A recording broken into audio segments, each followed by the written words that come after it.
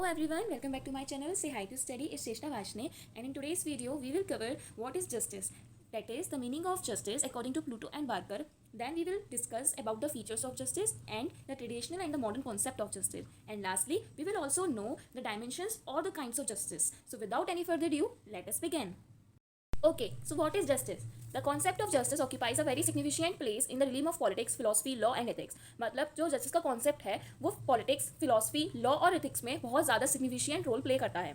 Justice in all its aspects is related to religion, morality, equality, liberty, law, politics and economic systems. मतलब justice किसी ना किसी तरीके से किसी भी एक्सेप्ट में रिलीजन मतलब धर्म, मोरलिटी मतलब जो मोरल वैल्यूज हो गई, इक्वालिटी समानता, लिबर्टी फ्रीडम, लॉ कानून, पॉलिटिक्स जो हम पढ़ी रहे हैं राजनीति और इकोनॉमिक सिस्टम्स मतलब आर्थिक जितने भी सिस्टम है उन सबसे किसी ना किसी तरीके से रिलेट करता है. ठीक है. Justice has been variously and widely define मतलब जस्टिस को बहुत सारे तरीके से वायरसली बहुत सारे तरीके से और वाइडली मतलब बहुत बड़े रूप में उसको डिफाइन किया गया है. अलग अलग फिलोसफर्स ने उसको डिफाइन किया. इवन कई सारी बुक्स में भी डिफाइंड है.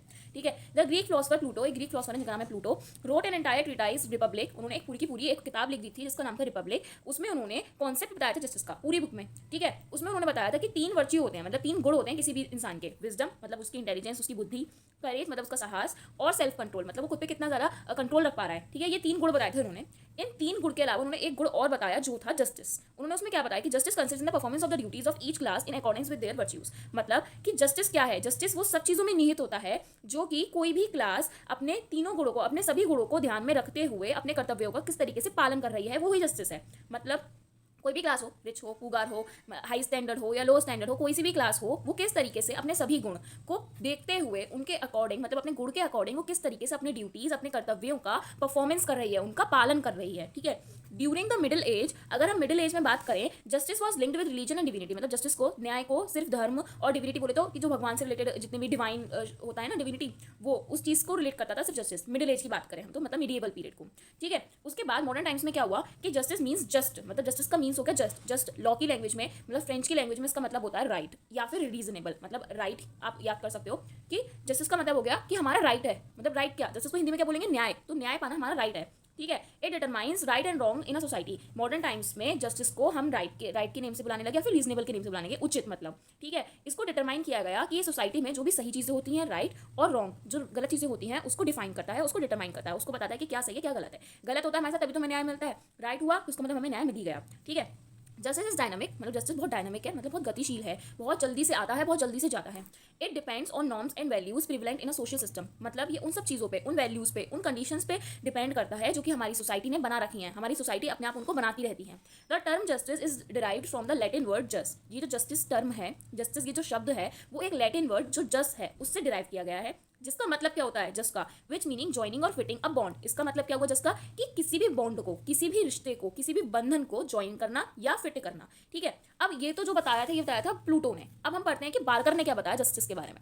According to Barker justice is itself a value which connects the 3 values. मतलब बार्कर ने ये कहा कि जस्टिस खुद में एक ऐसी वैल्यू है जो कि 3 वैल्यूज को कनेक्ट करता है. कौन सी 3 वैल्यूज? लिबर्टी बोले तो फ्रीडम मतलब लोगों को आज़ादी मिली हुई है, इक्वालिटी मतलब समानता, किसी में भी भेदभाव नहीं है, और फर्टर्निटी मतलब भाईचारा, ब्रदरहुड, सब अपने को एक दूसरे को भाई की तरह रख रहे हैं, कोई किसी से डिस्क्रिमिनेशन नहीं कर रहा, कोई किसी से लड़ाई नहीं कर रहा. बार्कर ने बताया कि न्याय का मतलब यही है कि हम जब अपनी सोसाइटी में लोगों को आज़ादी देंगे, किसी से लड़ाई नहीं लड़ेंगे, भाईचारे की तरह रहेंगे, किसी में भेदभाव नहीं करेंगे, समानता रहेंगे, तो न्याय अपने आप ही आ जाएगा. ठीक है. बार्कर ने ये बताया. और प्लूटो ने बताया था कि जो जस्टिस है वो तभी आता है जब हम अपने कर्तव्यों का पालन अपने सभी गुणों के अकॉर्डिंग करें. ठीक है. अब हम जल्दी से देख लेते हैं. ये तो जस्टिस हो गया कि जस्टिस का मीनिंग क्या है और मतलब प्लूटो ने और बार्कर ने जस्टिस के बारे में क्या बताया. हम देख लेते हैं कि जस्टिस के फीचर्स क्या हैं. नाउ हम लोग डिस्कस करते हैं कि जस्टिस के जो मेन फीचर्स हैं वो क्या क्या हैं. पहला जो फीचर है वो है it is an ethical concept based on morality. मतलब ये ऐसा कॉन्सेप्ट है जो कि नैतिकता पे बेस्ड है. मतलब नैतिकता को देखते हुए इस कॉन्सेप्ट को बनाया गया, मोरालिटी को देखते हुए इस कॉन्सेप्ट को बनाया गया, मोरल वैल्यूज़ को देखते हुए इसको बनाया गया है. दूसरा, it is related two values, legitimacy and idols. मतलब ये लोगों की वैल्यूज़ जो उनकी कीमत है उन पर डिपेंड करता है, उन पर रिलेट करता है. लेजिटिमेसी मतलब सच्चाई पर, और आइडल्स मतलब जो भी उनके आइडल्स रहे हैं, जो भी उनके विचार हैं उन पर, उनकी आइडियोलॉजी पर. नेक्स्ट जो है वो है justice is not an absolute but a relative concept. ये एक एब्सोल्यूट मतलब पूरा कॉन्सेप्ट तो नहीं है, लेकिन कंपेरेटिव तो है, मतलब कंपेरेटिव या रिलेटिव एक ही बात है, ठीक है। मतलब इस कॉन्सेप्ट को हम ये नहीं बोल सकते कि न्याय ही सब कुछ है, लेकिन ये और चीज़ों से डिपेंड जरूर करता है। जो चौथा फीचर है वो है जस्टिस इज डायनामिक, मतलब बहुत ज़्यादा गतिशील है, बहुत जल्दी से आता है, ठीक है। It changes with social needs and social values, मतलब डायनामिक है, गतिशील है, जल्दी आता है, जल्दी जाता है, लेकिन ये सोशल नीड्स और सोशल वैल्यूज के साथ चेंज होता रहता है। मतलब जो भी सोसाइटी की नीड्स हैं, जो भी सोसाइटीज की वैल्यू है, जैसे जैसे सोसाइटी की नीड्स चेंज होंगी, जैसे जैसे सोसाइटी की वैल्यू चेंज होंगी, जस्टिस मतलब न्याय का मीनिंग भी चेंज होता रहेगा, ठीक है। जो नेक्स्ट जस्टिस का फीचर है वो है कि it determines right and wrong in a society at a particular period of time. मतलब जो जस्टिस है वो सोसाइटी में जो भी सही चीज़ है, जो भी गलत चीज़ है, वो बताता है एक पर्टिकुलर पीरियड ऑफ टाइम के लिए। यहाँ पर्टिकुलर पीरियड ऑफ टाइम इसलिए बोला गया क्योंकि जो सोसाइटी की सोशल वैल्यूज और सोशल नीड्स होती हैं वो टाइम के साथ चेंज होती हैं, तो इसलिए पर्टिकुलर पीरियड ऑफ टाइम में जो भी नीड्स रहेंगी, जो भी वैल्यूज रहेंगी, उसके हिसाब से जो सही और गलत रहेगा वो जस्टिस हमें बताएगा। जो लास्ट फीचर है जस्टिस का वो है the concept of justice differ from the society to society. मतलब जस्टिस का जो कॉन्सेप्ट है वो एक सोसाइटी में जो है जरूरी नहीं कि दूसरी सोसाइटी में वही होगा, सोसाइटी टू सोसाइटी डिफर रहता है, चेंज रहता है, ठीक है। क्यों? क्योंकि it is dependent on the prevalent value system in society. क्योंकि जो अभी हाल फिलहाल में रिसेंट टाइम्स में जो भी प्रचलित वैल्यू सिस्टम चल रहा है सोसाइटी का, मतलब सोसाइटी के हिसाब से जो भी वैल्यूज को प्रायोरिटी दी जा रही है उसके हिसाब से ही चेंज होता रहता है। तो जरूरी नहीं कि जो एक सोसाइटी में जो वैल्यूज हो वही सेम वैल्यूज दूसरी सोसाइटी में हो, तो इसलिए जो कॉन्सेप्ट है जस्टिस का वो सोसाइटी टू सोसाइटी डिफरेंट रहता है। नाउ अगर हम ट्रेडिशनल कॉन्सेप्ट ऑफ जस्टिस की बात करें तो इसमें बताया गया था कि जो ट्रेडिशनल कॉन्सेप्ट है जस्टिस का, the traditional concept of justice laid emphasis on a moral approach to justice. मतलब उस टाइम पे, ट्रेडिशनल टाइम पे, पुराने टाइम पे जो जस्टिस को माना जाता था वो मोरल अप्रोच के अकॉर्डिंग माना जाता था, मतलब कि नैतिकता के अकॉर्डिंग ही जस्टिस था, मतलब न्याय का ही मतलब था नैतिकता। The justice was more concern with the inner और द सेल्फ और द हायर सेल्फ। मतलब जस्टिस को खुद के स्वाभिमान, सबसे ज्यादा स्वाभिमान से भी ऊपर माना गया था उस टाइम पे। मतलब कि लोग जो खुद के लिए, खुद की आंतरिक भाव से जो सोचते थे वो, और जो उनके हिसाब से सबसे ज्यादा प्रायोरिटी होती थी, उससे ऊपर माना जाता था जस्टिस को, न्याय को, ठीक है। In this way the man is in perfect harmony with himself. मतलब कि जो व्यक्ति होता था उस टाइम पे वो खुद में ही और स्टेट में ही, मतलब जो with and with himself and with the state, मतलब वो खुद के साथ और स्टेट, जो उस टाइम पे स्टेट को रूल करता था, जो गवर्नमेंट होती थी उसके साथ परफेक्ट हार्मनी में रहता था। प्लूटो ने बताया, Pluto emphasized on the rule of reason to achieve justice. मतलब प्लूटो ने बताया कि न्याय को, जस्टिस को हम तभी अचीव कर सकते हैं जब हम किसी कारण की वजह से ही रूल करेंगे। कोई मतलब बिना कारण के कोई भी रूल नहीं करेगा। मतलब जो रूल ऑफ रीजन मतलब कारण का नियम बताया गया था, ठीक है। In the traditional concept of justice the individual was required to comply the needs of the society and the social values. मतलब ट्रेडिशनल कॉन्सेप्ट ऑफ जस्टिस में बताया गया कि एक इंडिविजुअल को जो सोसाइटी की वैल्यूज हैं, जो सोसाइटी की नीड्स हैं, उसी के हिसाब से अपने आप को कंप्रोमाइज करना होगा, अपने आप को उसमें ढालना होगा, कंप्लाई करना होगा। तो ट्रेडिशनल कॉन्सेप्ट ऑफ जस्टिस में ये बताया गया कि जस्टिस को मोरलिटी से कंपेयर किया गया कि जो नैतिकता है वही मोरलिटी है, वही जस्टिस है। इंसान को बोला गया कि उसकी जो खुद की इच्छाएं हैं उससे ज्यादा उसको न्याय का भाव अपने लिए रखना पड़ेगा और उसको अपने खुद के साथ और स्टेट के साथ अच्छे रिलेशन बनाने होंगे। प्लूटो ने बताया कि रूल ऑफ रीजन ही जस्टिस का एक प्रिंसिपल है जिसके थ्रू आप जस्टिस को अचीव कर सकते हो। और उसके बाद इन शॉर्ट जो ट्रेडिशनल कॉन्सेप्ट था जस्टिस का वो हमें बताता है कि पीपल्स को एज पर द सोसाइटी की वैल्यू और सोसाइटी की नीड्स ही वो अपने आप को उसमें ढालेंगे तभी उनको जस्टिस मिलेगी। मतलब वो अपने हिसाब से कुछ नहीं करेंगे, सोसाइटी के हिसाब से चलेंगे। अब हम देखते हैं कि मॉडर्न कॉन्सेप्ट ऑफ जस्टिस क्या है।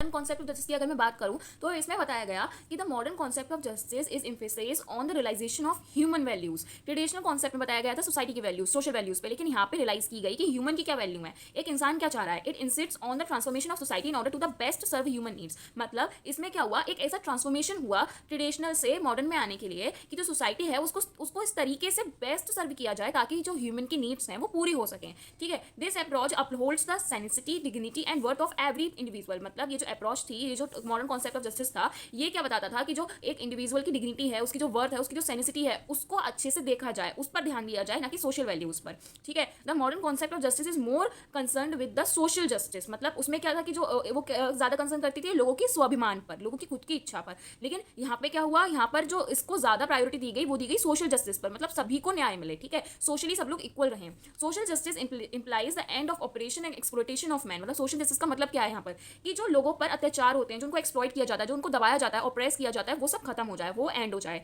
It Lay's emphasis on giving each one his due. मतलब इसका मतलब ये था कि जो मॉडर्न कॉन्सेप्ट ऑफ जस्टिस था उसमें ये बोला गया कि लोगों को उनके हिसाब से जो उनकी विलिंगनेस है, वो जितना डिजर्व करते हैं उतना ले उनको दिया जाए, ना उससे ज्यादा ना उससे कम। लोगों को सोशली इक्वल रखा जाए, सोशल जस्टिस होनी चाहिए, लोगों की हर एक इंडिविजुअल की डिग्निटी को देखना चाहिए। जो सोसाइटी है उसको इस तरीके से मैनेज करना चाहिए कि ह्यूमन की सारी नीड्स कंप्लीट हो सकें और ह्यूमन वैल्यूज को हम अच्छे से कंसर्न रहें, उसको रियलाइज करें, उसको आगे बढ़ाने की कोशिश करें। ये था मॉडर्न कॉन्सेप्ट।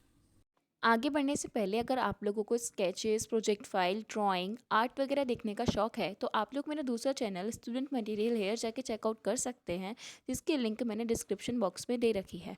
Thank you. अब आगे हमारा जो लास्ट टॉपिक है वो है इस वीडियो का डायमेंशन ऑफ जस्टिस, मतलब काइंड्स ऑफ जस्टिस, जस्टिस की क्या क्या डायमेंशंस हैं, क्या क्या उसको अलग तरीके से हम पढ़ते हैं। तो उसकी 4 डायमेंशंस हैं: legal justice, political justice, social justice और इकोनॉमिक जस्टिस। लीगल जस्टिस से आप समझ रहे हो कि it is something related to law and right. Political मतलब राजनीति और जो भी हमारी पॉलिटिक्स में चलता है। सोशल मतलब on the way of social discrimination वगैरह ना हो। इकोनॉमिक जस्टिस मतलब इकोनॉमिकली सब लोग इक्वल हो या समथिंग रिलेटेड टू फाइनेंशियल। तो जैसे मैं आपको पहले बताया था कि आपसे जितने ज़्यादा हो सके ना उतने ज़्यादा आप इस तरीके से डायग्राम बनाने की कोशिश करिए, इससे आंसर ज़्यादा अट्रैक्टिव लगता है एग्जामिनर को और आपको मार्क्स मिलने के ज़्यादा चांसेस रहते हैं। तो हम जल्दी से इन चारों को ब्रीफ में डिस्कस कर लेते हैं। तो सबसे पहले हम डिस्कस करते हैं कि लीगल जस्टिस क्या है। मैंने आपको पहले बताया कि समथिंग रिलेटेड टू लॉ, ठीक है। तो अब इसमें क्या बताया गया कि the main concern of the legal justice is the process of law making and the judicial system. कि जो मेन कंसर्न था लीगल जस्टिस का वो क्या था कि लॉ मेकिंग अच्छे से हो, जो भी लॉ बनाए जा रहे हैं वो अच्छे से बनाए जाए, और जुडिशियल सिस्टम मतलब जुडिशरी जो है हमारी वो अच्छे से काम करे, चेक एंड बैलेंस वो अच्छे से करे सोसाइटी में। लीगल जस्टिस को मेनली इंप्लाई करती हैं 2 चीज़ें कि पहला तो ये law should be just and reasonable, जो भी लॉ बनाया जाए वो बिल्कुल ठीक हो और बिल्कुल रीजनेबल हो, अनरीजनेबल ना हो, ठीक है। Everyone should get justice according to the laws, मतलब लॉ इस तरीके से बनाया जाए कि हर एक बंदे को न्याय मिले, ऐसा ना हो कि किसी के साथ डिस्क्रिमिनेशन हो रहा हो, किसी को वैल्यू दी जा रही हो और किसी को ना दी जा रही हो। तो इन 2 चीज़ों पर ज़्यादा मेन फोकस रहा था लीगल जस्टिस में। उसके बाद बताया गया कि justice in the aspect consist in ensuring that law reflect human and the social value. Justice को लीगल एक्सेप्ट में इस तरीके से लिया गया कि लॉ इस तरीके से बनाए जाए ताकि जो ह्यूमन्स हैं और जो सोशल वैल्यूज हैं वो अच्छे से इंश्योर हो पाए और वही रिफ्लेक्ट करती हैं, ठीक है। Barker is of the view that laws must have both validity and value. Barker ने ऐसा कहा कि लॉ ऐसे हों जो वैलिड भी हो और उनकी कुछ वैल्यू भी हो, ऐसा ना हो कि अनवैलिड लॉज हो, कोई ऐसा लॉ बना दिया आपने जो इलीगल है जिसको वैलिडिटी नहीं मिल सकती, ठीक है। और वैल्यू भी होनी चाहिए उन लॉज की, मतलब ऐसे लॉज नहीं होने चाहिए जिनकी मान्यता नहीं हो सोसाइटी में। In order to be effective and just, मतलब वैलिडिटी और वैल्यू उन्होंने इसलिए बताया ताकि वो लॉज अच्छे से इफेक्टिव रहे और रीजनेबल हो और जस्ट हो, ठीक है। तो यही थी लीगल जस्टिस। लीगल जस्टिस क्या है कि ऐसे लॉज बनाए जाएं जो कि जस्ट हो, रीजनेबल हो, हर एक बंदा according to the law equal हो, लॉज जो बने वो बिल्कुल ठीक बने, रीजनेबल बने, जुडिशियल सिस्टम अच्छे से काम करे, और ऐसे लॉ बनाए जाएं जो ह्यूमन बींग्स को, ह्यूमन की मतलब पावर को और सोशल वैल्यूज को अच्छे से रिफ्लेक्ट कर सकें। अब हम पढ़ते हैं कि पॉलिटिकल जस्टिस क्या है। पॉलिटिकल जस्टिस में क्या बताया गया कि political justice means equal participation of the citizens in the affair of state and the government. की पॉलिटिकल जस्टिस में जो स्टेट और गवर्नमेंट है उनकी जितने भी अफेयर्स हो रहे हैं उन सब में सभी सिटीजंस को इक्वल पार्टिसिपेशन हो। ऐसा ना हो कि सिर्फ रिच पार्टिसिपेट कर सकते हैं और पुअर नहीं कर सकते, सभी लोगों का इक्वल पार्टिसिपेशन होना चाहिए जितने भी सिटीजंस हैं एक पर्टिकुलर स्टेट के। उसके बाद बोला गया कि political justice is possible only in the democratic state. That is true कि पॉलिटिकल जस्टिस सिर्फ और सिर्फ डेमोक्रेटिक स्टेट में ही फॉलो की जा सकती है, उधर ही सिर्फ पॉसिबल है। क्योंकि अगर कोई और स्टेट होगा जहाँ पे डेमोक्रेसी है ही नहीं, वहाँ पे मतलब मोनार्कियल रूल है या कोई पर्टिकुलर अथॉरिटी है जो सबको पावर नहीं देगी, ऑफकोर्स देगी, जो उसको पसंद होगा सिर्फ उसको देगी, या जिससे उसको पैसे मिले सिर्फ उसको देगी। तो डेमोक्रेटिक स्टेट में क्या होता है, सबके पास इक्वल राइट्स होते हैं, सबके पास राइट टू वोट है, खुद अपने रिप्रेजेंटेटिव चुनते हैं, सबके पास राइट टू रिबेल है इवन, ठीक है। तो डेमोक्रेटिक स्टेट में ही सिर्फ और सिर्फ पॉलिटिकल जस्टिस काम कर सकती है। Political justice demands the establishment of rule of law, मतलब पॉलिटिकल जस्टिस क्या कहती है कि एक ऐसा लॉ होना चाहिए जो रूल करे, मतलब लॉ को ही रूल करना चाहिए। ऐसा ना हो कि एक अथॉरिटी है और उसी की मर्जी सबको चल रहा है। लॉ होगा तो क्या होगा कि हर एक बंदा उस लॉ को फॉलो करेगा, अपने हिसाब से नहीं चलेगा, ठीक है। Political justice involves the right to protest and resist the government, मतलब पॉलिटिकल जस्टिस में क्या आता है कि बंदा प्रोटेस्ट कर सकता है, रिबेल कर सकता है, अगर कोई चीज अच्छी नहीं लग रही है तो वो उसके खिलाफ आवाज उठा सकता है और इवन गवर्नमेंट को भी अपोज कर सकता है, रेजिस्ट कर सकता है। Political justice is related to the political rights and equality. Political justice में पॉलिटिकल राइट्स और पॉलिटिकल इक्वलिटी की बात होती है कि हर एक बंदे के पास पॉलिटिकल राइट्स हो, मतलब right to freedom, right to vote, right to speech and expression, ऐसे राइट्स सबके पास हो, और इक्वलिटी भी सबके पास हो, मतलब सभी लोग पार्टिसिपेट कर पाए, सभी लोग वोट दे पाए, सभी लोग खुद इलेक्शन में कंडक्ट कर पाए, खुद एज अ रिप्रेजेंटेटिव भी खड़े हो पाए, ठीक है। तो ये पॉलिटिकल जस्टिस कहता है कि सबको पॉलिटिकल राइट और पॉलिटिकल इक्वलिटी मिले। The concept of political justice according to the article 1 of the universal declaration of 1948 is stated in the following words, मतलब जो यूनिवर्सल डिक्लेरेशन है 1948 की, उसका जो आर्टिकल 1 है उसमें पॉलिटिकल जस्टिस को डिफाइन किया गया है। अब वो किस लैंग्वेज में डिफाइन किया गया है हम जल्दी से वो भी देख लेते हैं। उसमें बताया गया कि all the human beings are born free and equal in dignity and rights, मतलब जितने भी ह्यूमन बींग्स हैं वो सबके सब in the way of dignity and right free और इक्वली पैदा होते हैं, और वो हमेशा फ्री एंड इक्वल रहने चाहिए, तभी पॉलिटिकल जस्टिस सबके पास होगी, ठीक है। अब हम नेक्स्ट पढ़ते हैं सोशल जस्टिस। पॉलिटिकल जस्टिस के बाद हम पढ़ते हैं सोशल जस्टिस। हमने लीगल जस्टिस देख लिया, हमने पॉलिटिकल जस्टिस देख लिया, अब हम पढ़ते हैं सोशल जस्टिस क्या है। तो social justice means that the equal social opportunity are available to all the peoples in the society for the development of the personality, मतलब सारी की सारी सोशल अपॉर्चुनिटीज जितनी भी होती हैं, जैसे कि राइट टू एजुकेशन हो गया या हेल्थ हो गई, या फिर हम बोले फूड शेल्टर, जो बेसिक नीड्स हैं वो सभी लोगों को, सभी जो लोग सोसाइटी में रह रहे हैं उन सबको इक्वली प्रोवाइड होनी चाहिए, इक्वली अवेलेबल होनी चाहिए, ताकि वो अपनी पर्सनैलिटी का डेवलपमेंट कर पाएं, ठीक है।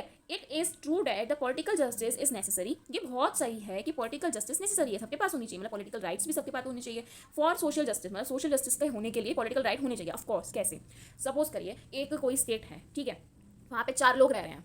मैं आपको ये ना एक ड्रॉ करके बताती हूँ ताकि आपको अच्छे समझ में आए। हाँ, तो अब ऐसा बोला गया कि सोशल जस्टिस के लिए पॉलिटिकल जस्टिस का होना बहुत ज़्यादा ज़रूरी है। ऐसा क्यों कहा गया, सपोज करिए एक कोई स्टेट है, ठीक है, इसमें 4 लोग रह रहे हैं। अब इन चारों के पास पॉलिटिकल राइट्स, पॉलिटिकल जस्टिस है ही नहीं, और सोशल जस्टिस की हम बात कर रहे हैं कि इनको मिल जाए। अब सपोज करिए सोशल जस्टिस में क्या था कि जितनी भी हमें नीड्स है, जैसे कि फूड हो गया, शेल्टर हो गया, एजुकेशन हो गया, ये सब इक्वली सबको प्रोवाइड हो ताकि वो अपनी पर्सनैलिटी अच्छे से डेवलप कर पाए। अब उनको सोशल जस्टिस हम तभी तो देंगे जब उनके पास पॉलिटिकल जस्टिस की भी मतलब हो कुछ ना कुछ। अब हमने उनसे कह तो दिया कि हाँ हम देंगे, हमने इनको दे दिया, हमने इनको फूड भी दे दिया, शेल्टर भी दे दिया, हेल्थ भी दे दिया, एजुकेशन भी दे दिया, इनको भी दे दिया, चलो इनको भी दे दिया। अब हम इन तक जब आए तो हमने सोचा कि जैसे अब देखो आज के ज़माने में सबको पता है कि करप्शन होता है, ठीक है। तो सपोज करिए इन चारों को प्रोवाइड कराने के लिए मेरे को मिले थे 50,000 रुपये। ओके, मेरे को मिले थे 50,000 रुपये के 50,000 रुपये इन चारों के फूड पे, इनके रहन सहन पे मतलब घर पे, और साथ साथ इनकी एजुकेशन पर मैं स्पेंड करूँ। इतने पैसे मुझे मिले थे कि मैं इन चारों के फूड पे, एजुकेशन पे और घर पर, रहन सहन पर, शेल्टर पर स्पेंड करूँ। मैंने इसके पे करे 10,000 रुपये, मैंने इसके पे भी कर दिए 10,000 रुपये, मैंने इस तीसरे बंदे के पे भी कर दिए 10,000 रुपये। अब मेरे पे देखो 10 की कर दी, 10 की कर दी, 10 कर दी, 30 हो गए। 30,000 रुपये मैंने खर्च कर दिए आराम से बिना किसी उसके। अब लास्ट बंदा बचा, ठीक है। ये देखो ये चारों ही गरीब थे। लास्ट वाला ना थोड़ा सा इन चारों से थोड़ा सा अमीर था, मतलब इन पे तो कुछ था ही नहीं, इस पर कम से कम एक बेकार सी झोपड़ी तो थी रहने के लिए। अब मैंने क्या सोचा कि 30 मैंने खर्च कर दिए हैं, 20 मेरे पास बचे हैं, इसको छोड़ो क्या ही कर लेगा मेरा, मैं 20 अपने पास सकती हूँ। मैंने 20 अपने पास रखे और उनको फिर खाया, मौज करी, उड़ा दिए पैसे। ये बंदा प्रोटेस्ट ही नहीं कर पाया मेरे खिलाफ, मतलब ये मेरे लिए कुछ कह ही नहीं पाया किसी के सामने। इसको क्या करें कि यार बड़े लोग हैं, मैं कहूँगा तो मेरे पे ही आ जाएगी, ये मेरे जो झोपड़ी है वो भी छीन ली जाएगी। इसने कुछ कहा ही नहीं। ये कह कब सकता था जब इसके पास पॉलिटिकल जस्टिस भी होती। क्यों? क्योंकि इसके पास राइट होता प्रोटेस्ट के लिए, गवर्नमेंट के अगेंस्ट जाने के लिए भी राइट टू स्पीच होती, एक्सप्रेशन होती। तो इसलिए कहा जाता है कि पॉलिटिकल जस्टिस होना बहुत ज़्यादा नेसेसरी है सोशल जस्टिस के लिए। आई होप आपको ये वाली चीज़ क्लियर हुई होगी। तो it is true that the political justice is necessary for the social justice. ये मैंने आपको अच्छे से समझा दिया और मुझे लगता है आपको समझ में आ भी गया होगा। Social justice can be achieved only when privileges and prejudices are absent in the society. Social justice का मतलब क्या है कि सबको इक्वल अवेलेबल हो सारी की सारी अपॉर्चुनिटीज, सारी की सारी वो हेल्थ फैसिलिटीज, बेसिक नीड्स जो भी एक बंदे को अपनी पर्सनैलिटी को डेवलप करने के लिए चाहिए होती है। तो सोशल जस्टिस तभी तो हो सकती है जब लोगों को प्रीजुडिस ना दी जाए, लोगों को प्रिविलेजेस ना दी जाए, लोगों को औरों से अलग कोई प्रिविलेज ना दी। प्रिविलेज का मतलब क्या हुआ? कोई एक पर्टिकुलर बंदे को प्रिविलेज देना, मतलब वो सिर्फ उसी को मिल रही है और किसी को नहीं मिल रही। तो ऐसा होगा तो सोशल जस्टिस ही नहीं है ना। तो इसलिए तभी पॉसिबल हो सकती है सोशल जस्टिस जब सोसाइटी में प्रीजुडिस और प्रिविलेजेस ना हो। आई होप सोशल जस्टिस भी आपको क्लियर हुआ होगा। अब लास्ट हम पढ़ते हैं इकोनॉमिक जस्टिस। इकोनॉमिक जस्टिस क्या था? मैंने बताया था आपको कि something related to finance and all. तो economic justice, there are two approaches of the economic dimension of justice. दो अप्रोच बताई गई है इकोनॉमिक जस्टिस की अकॉर्डिंग टू लिबरल्स। अब लिबरल्स के अकॉर्डिंग क्या था कि economic justice consists in the satisfaction of the economic needs of the people in a society. Liberals ने बोला कि इकोनॉमिक जस्टिस जो है वो सोसाइटी में जितने भी लोग रह रहे हैं उनको इकोनॉमिक नीड्स में इक्वल सेटिस्फेक्शन मिले तभी इकोनॉमिक जस्टिस होगी। लेकिन 17th और 18th सेंचुरी के दौरान क्या हुआ कि ट्रेडिशनल लिबरलिज्म जो था वो मेंटेन किया गया ताकि फ्री कंपटीशन हो सके फ्री मार्केट सोसाइटी में, ताकि क्या हो कि इकोनॉमिक जस्टिस को सिक्योर किया जाए। मतलब जो ट्रेडिशनल लिबरलिज्म था, देखो लिबरल्स ने क्या बोला था कि इकोनॉमिक नीड्स इक्वल मिले सबको। लेकिन क्या हुआ कि बाद में 17-18 सेंचुरी में ट्रेडिशनल लिबरलिज्म, मतलब जो पहले लिबरलिज्म चलता था, उसको वापस से दोहराया गया। उसमें क्या हुआ, ये चीज बोली गई कि it maintain that the free competition in the free market society secured economic justice. मतलब जब फ्री मार्केट सोसाइटी में फ्री कंपटीशन होगा, मतलब हर एक बंदा कंपटीशन कर सकता है विदाउट किसी करप्शन के, बिना किसी डर के, तभी वो इकोनॉमिक जस्टिस को गेन कर रहा है। ऐसा बोला गया था 18 और 17 सेंचुरी में। The liberal school of thought, मतलब लिबरलिज्म में बताया गया कि however found no contradiction between the private property and the economic justice, कि प्राइवेट प्रॉपर्टी और इकोनॉमिक जस्टिस में कोई भी कॉन्ट्रडिक्शन ही नहीं माना गया था according to the liberal school of thought. Economic justice में और प्राइवेट प्रॉपर्टी में कोई कॉन्ट्रडिक्शन ही नहीं बताया गया। अब ये चीज़ गलत है, लेकिन जो भी है यही है कि इकोनॉमिक जस्टिस का मतलब ये था कि हर एक बंदे को इकोनॉमिक नीड्स इक्वल प्रोवाइड की जाए, हर एक बंदा फ्री कॉम्पिटिशन कर सके फ्री मार्केट में। ये थी इकोनॉमिक जस्टिस। सोशल जस्टिस में मैंने आपको बताया कि हर एक बंदे को सोशल वैल्यूज अच्छे से मिले, मतलब सोशल अपॉर्चुनिटीज अच्छे से मिले ताकि वो अपनी पर्सनैलिटी को ग्रो कर सके। पॉलिटिकल जस्टिस में मैंने आपको बताया कि सबके पास पॉलिटिकल राइट हो, पॉलिटिकल इक्वलिटी हो, लोगों के पास ऐसे राइट हो कि वो अपनी स्टेट और अपनी गवर्नमेंट दोनों के अपोज में जा सके और हैप्पीली अपनी लाइफ को एंजॉय कर सके।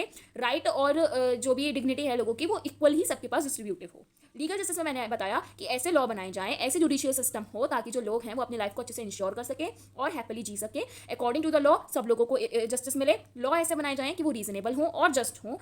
इवन वो लॉज में वैलिडिटी भी होनी चाहिए और वैल्यू भी होनी चाहिए ताकि वो लॉज इफेक्टिवली काम कर सके। ये बताया था बात करने। आई होप आपको इस वीडियो में मैंने जो जो समझाया आपको अच्छे से क्लियर होगा। अगर कुछ समझ में ना आया हो तो प्लीज़ आप लोग मुझे कमेंट सेक्शन में बताएं, मैं ट्राई करूँगी आपका डाउट क्लियर करने का। एंड प्लीज़ अगर आपको वीडियो समझ में आई हो, अच्छी लगी हो, तो प्लीज़ वीडियो को लाइक करें, चैनल को सब्सक्राइब करें और अपने दोस्तों के साथ शेयर करें बिना जरूर ना जाएं। Thank you so much.